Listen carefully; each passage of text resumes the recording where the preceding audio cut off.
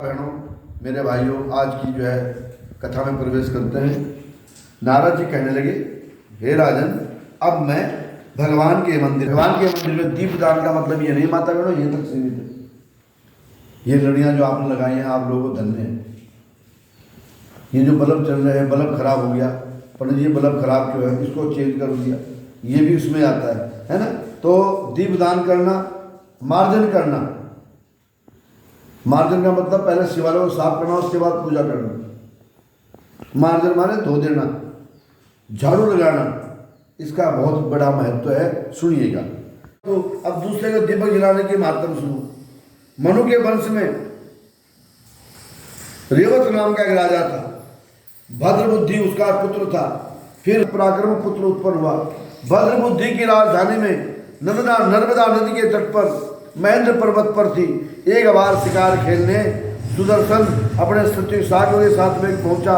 नदी के उस पार एक सुंदर कन्या को देखा। साथियों को वहीं छोड़कर घोड़े को सवार हो तत्काल नदी के पार पहुंचा और उपति कन्या को सुदर्शन मोहित हो गया। कन्या भी सुदर्शन के बलशाली रूप देखकर लज्जा को प्राप्त हुई। ध्यान दीजिएगा माता बहनों। तत्पश्चात सुदर्शन ने पूछा, कन्या ने बताया कि मैं गौड़ राजा की पुत्री हूँ और उसका नाम क्या है, मदानलसा है। बहुत बड़ी सती भी मदानलसा है। अपनी सखियों के साथ क्रीड़ा करने के लिए यहाँ पर आई हूँ। इस प्रकार दोनों ने गंधर्व विवाह से अपना विवाह कर लिया और कुछ समय तक वहीं नर्मदा नदी के तट पर विहार करते रहे। अपने घर जाकर आनंद पूर्वक रहने लगे।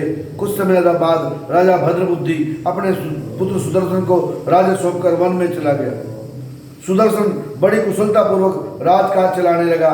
रानी मदनालसा सदा अपने पति को विष्णु भगवान समझकर उनका पूजा और उपदेश किया करती थी। अपने पति से बड़ा हजार ब्राह्मण भी नहीं है, कोई गुरु भी नहीं है, और कहा गया भगवान कहते मैं भी बड़ा नहीं हूँ। अन्य न भक्त बन थे तो भगवान का एक स्वर्ण का मंदिर बनाया। माता बहनों, दोनों से भगवान का पूजन दीपदान किया करते थे। एक दिन रानी मंदिर में दिवा जला रही थी। उसी समय राजा ने उसे बुलाया, परंतु दीपक जलाकर आने में रानी को कुछ देर लग गई। और वही सच्ची दिमाग राजा ने क्रोध में आकर कहा, रानी तुम तो कहती थी कि पति तो देवता है, फिर दिवा जलाने में इतनी देर क्यों लगा दी तुमने, मेरा अनादर क्यों किया। देरी का कारण सुनकर अब बताओ कोई गुप्त कारण है तुम्हारे आने का। सती साध्वी अपने पति के प्रति 16 संस्कारों में प्रयुक्त होगी, वो कैसे सुन लेगी। उसके मन में दुख आ गया। मदनालसा अत्यंत संयुक्त वचनों से बोली, हे महाराज, मैं दीपदान का महत्व आपको सुनाती हूँ, आप ध्यानपूर्वक सुनना, मेरे चित्र को सुनना।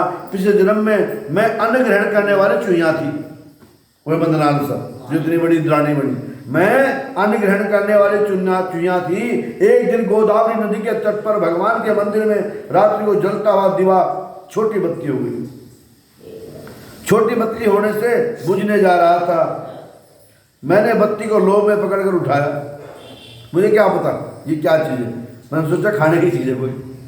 तो जैसे मैंने बत्ती को लोभ में पकड़ के उठाया, बत्ती जल गई, दिवा जलने लगा है। तो दिवा जल गया और साथ ही मेरा मुंह जल गया और मैं मर गई। परंतु क्योंकि मैंने भगवान के मंदिर में दिवा बढ़ाया था। बोलो कृष्ण भगवान महाराज की।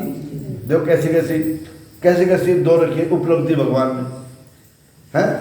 जो जान बुझ कर रहा उसका क्या होगा, कितना सुंदर होगा आपका जीवन। एक चुहिया ने अपने खाने के चक्कर में दिवा जलाया और दिवा जल गया, चुहिया मर गई, भगवान का दीपक प्रज्वलित कर दिया, इससे मेरा सुंदर रूप हो गया और आपकी रानी बनी। यदि कोई श्रद्धापूर्वक भगवान के मंदिर में कार्तिक मास में दीपदान करेगा तो उसके फल भी कहना क्या कह सकती हूँ, मैं नहीं कह सकती। अपनी रानी के मुख से ये वचन सुनकर राजा ने आजीवन कार्तिक मास का व्रत किया और भगवान के मंदिर में दीपदान किया और अंत में वैकुंठ धाम को प्राप्त हुआ। बोलो कृष्ण भगवान महाराज की।